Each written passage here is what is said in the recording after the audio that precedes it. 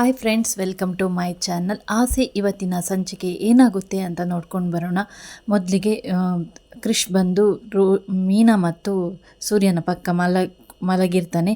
ಆನಂತರ ಅವನು ಎದ್ದು ಅಳ್ತಾ ಇರ್ತಾನೆ. ಆಗ ಮೀನಾ ಸಮಾಧಾನ ಪಡಿಸ್ತಾಳೆ, ಕ್ರಿಶ್ ಯಾಕೆ ಕೂಗ್ತಾ ಇದೆಯಾ, ಅಳಬೇಡ ಅಂತ ಹೇಳಿ. ಮತ್ತು ಸೂರ್ಯ ಕೂಡ ಕೇಳ್ತಾನೆ, ಕ್ರಿಶ್ ಯಾಕೋ ಅಳ್ತಾ ಇದೆಯಾ ಅಂತ ಹೇಳಿ. ಆಗ ಕ್ರಿಶ್ ಹೇಳ್ತಾನೆ, ಮನೋಜ್ ಈ ಥರ ನನಗೆ ಹೊಡಿಲಿಕ್ಕೆ ಬಂದ ಅಂತ ಹೇಳಿ. ಮತ್ತು ನೀನು ಯಾಕೆ ಅಲ್ಲಿಗೆ ಹೋಗೋದು, ಅವನನ್ನು ಯಾಕೆ ನೀನು ಡ್ಯಾಡಿ ಅನ್ನೋದು, ಇಷ್ಟು ಚಿಕ್ಕ ಮಗು ಮೇಲೆ ಅವನು ಕೈ ಮಾಡಿಬಿಟ್ನ ಅಂತ ಹೇಳಿ ಸೂರ್ಯ ಅವನಿಗೆ ಗದ್ದರ್ಲಿಕ್ಕೆ ಹೋಗ್ತಾನೆ. ಆಗ ಮೀನಾ ಸುಮ್ಮನಿರಿ ಅಂತ ಹೇಳಿ ಅವನನ್ನು ತಡಿತಾಳೆ. ಅನಂತರ ಕ್ರಿಶ್ಗೆ ಸೂರ್ಯ ಸಮಾಧಾನ ಪಡಿಸ್ತಾನೆ, ಹೇಗೂ ನೀನು ಡ್ಯಾಡಿ ಅಂತ ಅಂದ್ಕೊತಿದ್ಯಲ್ಲ, ನಿನ್ನ ಡ್ಯಾಡಿ ಏನೋ ಹೊಡೆದ್ರು ಅಂತ ಹೇಳಿ ಸುಮ್ಮನೆ ಬಿಡಪ್ಪ ಅಂತ ಹೇಳಿ ಹೇಳ್ತಾನೆ.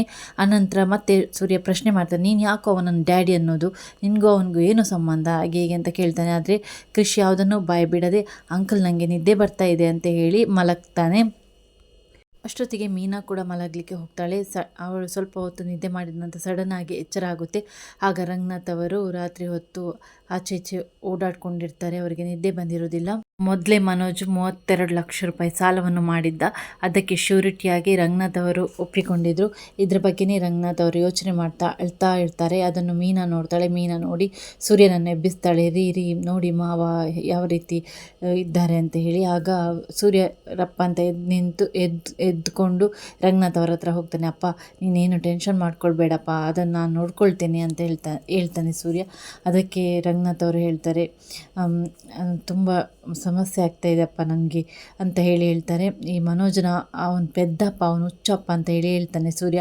ಅದಕ್ಕೆ ರಂಗನಾಥ್ ಅವರು ಹೇಳ್ತಾರೆ, ಇಲ್ಲಪ್ಪ ಅವನು ಬುದ್ಧಿವಂತ, ಯಾವ್ಯಾವ ಸಮಯಕ್ಕೆ ಏನೇನು ಮಾಡಬೇಕು ಅದನ್ನೆಲ್ಲ ಮಾಡ್ತಾ ಇದ್ದಾನೆ, ನೀವಿಬ್ಬರು ಮಾತ್ರ ಪೆದ್ರು ಅಂತ ಹೇಳ್ತಾರೆ ರಂಗನಾಥ್ ಅವರು. ಆಗ ಸೂರ್ಯ ಅವನ ಪಾಡಿಗೆ ಅವನು ನಿಂತ್ಕೊಂಡು ಕೇಳ್ತಾ ಇರ್ತಾನೆ ರಂಗನಾಥ್ ಅವರ ಮಾತನ್ನು. ಅನಂತರ ಹೋಗಿ ನೀನು ಮಲಕ್ಕೋಪ್ಪ ಅಂತ ಹೇಳಿ ರಂಗನಾಥ್ ಅವರು ಸೂರ್ಯನಿಗೆ ಹೇಳ್ತಾರೆ. ಆದರೆ ಸೂರ್ಯನಿಗೆ ಯಾಕೋ ಮನಸ್ಸೇ ತಡೀತಾ ಇಲ್ಲ. ರಂಗನಾಥ್ ಅವರನ್ನು ಸಮಾಧಾನ ಪಡಿಸ್ತಾನೆ. ಅನಂತರ ರಂಗನಾಥ್ ಅವರು ರೂಮ್ಗೆ ಹೋಗಿ ಮಲಕ್ಕೊಳ್ತಾರೆ. ಅನಂತರ ಸೂರ್ಯ ಈ ಪೆಂಗ್ಯನ ಮನೋಜ್ನ ಬಾಗಿಲನ್ನು ತರ್ತಾನೆ. ಆಗ ಮೀನಾ ತಡಿತಾಳೆ, ಬೇಡ ಈಗ ಕತ್ಲೆ ಆಗಿದೆ ಬೇಡ ಅಂತ ಹೇಳಿ. ಆದರೂ ಕೂಡ ಸೂರ್ಯ ಕೇಳೋದೇ ಇಲ್ಲ, ತರ್ತಾನೆ. ಆಗ ಮನೋಜ ಬರ್ತಾನೆ ಹೊರಗಡೆ. ಮನೋಜನಿಗೆ 2 ಗೂಸ ಕೊಡ್ತಾನೆ ಸೂರ್ಯ. ಯಾಕೋ ಅಪ್ಪಿ ಹೊಡಿತಾ ಇದ್ದೆ ಅಂತ ಹೇಳಿ ಕೇಳ್ತಾನೆ. ಆಗ ಸೂರ್ಯ ಹೇಳ್ತಾನೆ, ನಿನ್ನ ದೆಸೆಯಿಂದ ಅಪ್ಪ ಕೊರಗ್ತಾ ಇದ್ದಾರೆ ಅಂತೇಳಿ. ಅಯ್ಯೋ ಕೊರಗು ಅಂತ ತಪ್ಪು ನಾನೇನು ಮಾಡಿದೆ, ಮಕ್ಕಳನ್ನು ಹುಟ್ಟಿಸಿದ್ರೆ ಸಾಕಾಗೋದಿಲ್ಲ, ಮಕ್ಕಳಿಗೆ ಆಸ್ತಿ ಅಂತ ಮಾಡಿಡಬೇಕು, ಈಗ ನಮಗೆ ನೋಡು ಅವ್ರು ಏನೂ ಮಾಡಿಲ್ಲ ಅಂತ ಹೇಳ್ತಾನೆ. ಆಗ ಸೂರ್ಯನಿಗೆ ಕೋಪ ಇನ್ನಷ್ಟು ಜಾಸ್ತಿ ಆಗ್ತದೆ. ನಿನ್ನನ್ನು 5 ಡಿಗ್ರಿ ಓದಿಸೋಕೆ ಅವರು ಪಟ್ಟ ಕಷ್ಟ ಏನು ಅಂತ ನನಗೆ ಗೊತ್ತಿದೆ ಕಣೋ ಅಂತ ಹೇಳ್ತಾರೆ. ಓದಿಸ್ಬಿಟ್ರೆ ಸಾಕ, ಆಸ್ತಿ ಮಾಡಬೇಕು ಹಾಗೆ ಹೀಗೆ ಅಂತ ಹೇಳಿ ಮನೋಜ ಹೇಳ್ತಾನೆ ಸೂರ್ಯನ ಹತ್ರ. ಆಗ ರೋಹಿಣಿ ಬೈತಾಳೆ, ಸೂರ್ಯರವರು ಯಾಕೆ ಹೀಗೆ ಹೊಡಿತಾ ಇದ್ದೀರಾ ನನ್ನ ಗಂಡನಿಗೆ ಅಂತ ಹೇಳಿ. ಆಗ ಮೀನಾ ಬೈತಾಳೆ, ಎಲ್ಲರ ನಿದ್ದೆಯನ್ನು ಕಸಿದ್ಕೊಂಡು ನೀವು ಮಾತ್ರ ಆರಾಮವಾಗಿ ನಿದ್ದೆ ಮಾಡ್ತಿದ್ದೀರಲ್ಲ, ನಾಚಿಕೆ ಆಗೋಲ್ವ ನಿಮಗೆ ಅಂತ ಹೇಳಿ ಅಂತ ಹೇಳಿ ಉಗಿತಾಳೆ. ಅಷ್ಟು ಹೇಳುವಾಗ ರೋಹಿಣಿ ಮಾತ್ರ ಏನು ಮಾತಾಡೋದು ಸುಮ್ಮನೆ ನಿಂತ್ಕೊಳ್ತಾಳೆ. ಹಾಗೆ ಸೂರ್ಯ ಮನೋಜ್ಗೆ ಬೈತಾನೆ, ಮತ್ತು ಕೃಷ್ಣ ಯಾಕೆ ಹೊಡೆದದ್ದು ಅಂತ ಹೇಳಿ, ಅವನ ಮೇಲೆ ಕೈ ಮಾಡೋ ಅಧಿಕಾರ ನಿಂಗೆ ಯಾರು ಕೊಟ್ಟದ್ದು ಅಂತ ಹೇಳಿ ಸೂರ್ಯ ಮನೋಜ್ಗೆ ಗದರ್ತಾನೆ. ನಂತರ ಮನೋಜ್ ಅಮ್ಮ ನೋವು ಅಂತ ಹೇಳಿ ಒದ್ದಾಡ್ತಾ ಇರ್ತಾನೆ. ಆಗ ರೋಹಿಣಿ ಮನೋಜನ್ನು ರೂಮ್ಗೆ ಕರ್ಕೊಂಡು ಹೋಗ್ತಾಳೆ. ಮರುದಿನ ಬೆಳಿಗ್ಗೆ ಆಗುತ್ತೆ. ಆಗ ರಂಗನಾಥ್ ಅವರು ನಮ್ಮ ಅಣ್ಣವರ ಫಿಲ್ಮ್ನ ಡೈಲಾಗನ್ನು ನೋಡ್ಕೊಂಡಿರ್ತಾರೆ. ಅಂದರೆ ಜೀವನ ಚೈತ್ರ ಫಿಲ್ಮ್ನ ಡೈಲಾಗ್ ಆಗಿರುತ್ತೆ. ಅದರಲ್ಲಿ ಅಣ್ಣವರಿಗೂ ಕೂಡ 3 ಜನ ಗಂಡು ಮಕ್ಕಳು. ಆಗ ಅಣ್ಣವರು ಒಂದು ಡೈಲಾಗನ್ನು ಹೇಳ್ತಾರೆ. ಆಗ ಅದರಲ್ಲಿ ಒಂದು ಡೈಲಾಗ್ ಬರುತ್ತೆ, ಮೀನಾಕ್ಷಿ ನೋಡಿ ನಿನ್ನ 3 ಮಕ್ಕಳು 3 ಮುತ್ತುಗಳು ಆಹಾ ಅಂತ ಹೇಳಿ ಅಣ್ಣವರು ಒಂದು ಡೈಲಾಗನ್ನು ಹೇಳ್ತಾ ಇರ್ತಾರೆ. ಅದನ್ನು ನೋಡಿ ರಂಗನಾಥ್ ಅವರಿಗೂ ಕೂಡ ತುಂಬ ಬೇಸರ ಆಗುತ್ತೆ. ನೋಡಿ ಶಾಂತಿ, ನನಗೂ ಕೂಡ 3 ಜನ ಮಕ್ಕಳು, ಯಾವುದಕ್ಕೂ ಹಾಗೆ ಹೇಗೆ ಅಂತ ಹೇಳ್ತಾರೆ. ಆಗ ಸೂರ್ಯ ಹೇಳ್ತಾನೆ, ಹೌದಪ್ಪ ಅಣ್ಣ ಅವರದ್ದು 97ನೇ ಬರ್ತ್ಡೇ ಆಯ್ತಲ್ಲ ಅಂತ ಹೇಳ್ತಾರೆ. ಹೌದು ಕಣು, ಅಂಥ ಪುಣ್ಯಾತ್ಮನ ಸಿನಿಮಾಗಳು ಎಷ್ಟು ಅದ್ಭುತವಾಗಿತ್ತಂದರೆ, ಅವರು ಮಾಡಿದಂಥ ಬಂಗಾರದ ಮನುಷ್ಯ ನೋಡಿ ದೂರ ಆದಂಥ ಕುಟುಂಬಗಳು ಎಷ್ಟೋ ಹತ್ತಿರ ಆಗಿದೆ. ಒಡ ಹುಟ್ಟಿದ ಫಿಲ್ಮನ್ನು ನೋಡಿ ಎಷ್ಟೋ ಅಣ್ಣ ತಮ್ಮಂದಿರು ಜಗಳವಾಡಿ ದೂರವಾಗಿದ್ದವರು ಕೂಡ ಹತ್ತಿರವಾಗಿದ್ದಾರೆ. ಅಂಥ ಪುಣ್ಯಾತ್ಮವರು ಅವರ ಒಂದೊಂದು ಡೈಲಾಗ್ ಕೂಡ ಅಷ್ಟೊಂದು ಅರ್ಥಭರಿತವಾಗಿತ್ತು ಅಂತ ಹೇಳ್ತಾರೆ. ನಾನು ಕೂಡ ನನ್ನ ಅಮ್ಮ ಮತ್ತು ನಾನು ಕೂಡ ಅವರ ಅಭಿಮಾನಿಗಳೇ. ಎಷ್ಟೋ ಸಲ ಅಂದ್ಕೊಂಡಿದ್ದೇವೆ ಅವ್ರ ಥರನೇ ನಮ್ಮ ಜೀವನವನ್ನು ಕೂಡ ಅಳವಡಿಸ್ಕೊಳ್ಬೇಕು ಅಂತ ಹೇಳ್ತಾರೆ. ಆದರೆ ಆ ಭಾಗ್ಯ ನನಗಿಲ್ಲ, ನನ್ನ 3 ಮಕ್ಕಳು ಹಾಗೆ ಹೀಗೆ ಅಂತ ಹೇಳ್ತಾರೆ.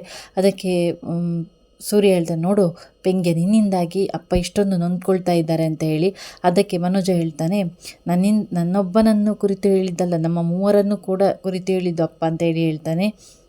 ಆನಂತರ ಮೀನಾ ಹೇಳ್ತಾಳೆ, ನಾನು ಕಸ್ತೂರಿ ಆಂಟಿ ಮನೆಗೆ ಹೂ ಕೊಡ್ಲಿಕ್ಕೆ ಉಂಟು, ಹೂ ಕೊಟ್ಟು ಬರ್ತೇನೆ ಅಂತೇಳಿ.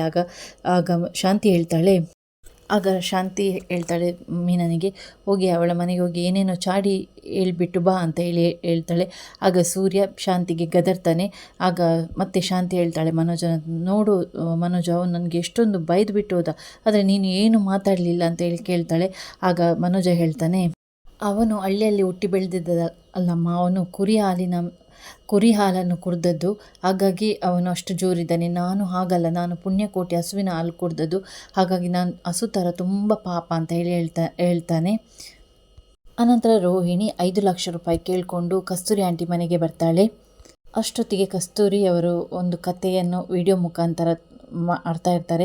ಅದನ್ನು ಮೀನನ ಹತ್ರ ಹೇಳ್ತಾರೆ. ಮೀನಾ, ನೀನು ಇಲ್ಲೇ ಎತ್ಕೊಂಡು ಈ ಕತೆ ಕೇಳಮ್ಮ ಅಂತ ಆಂಟಿ ನನಗೆ ಹೋಗ್ಲಿಕ್ಕೆ ಉಂಟಂತ ಹೇಳ್ತಾಳೆ. ಸ್ವಲ್ಪ ಹೊತ್ತಿರ ಮೈಗ್ಲಿ ಆಗಿಬಿಡುತ್ತೆ ಅಂತ ಕಸ್ತೂರಿ ಹೇಳ್ತಾಳೆ.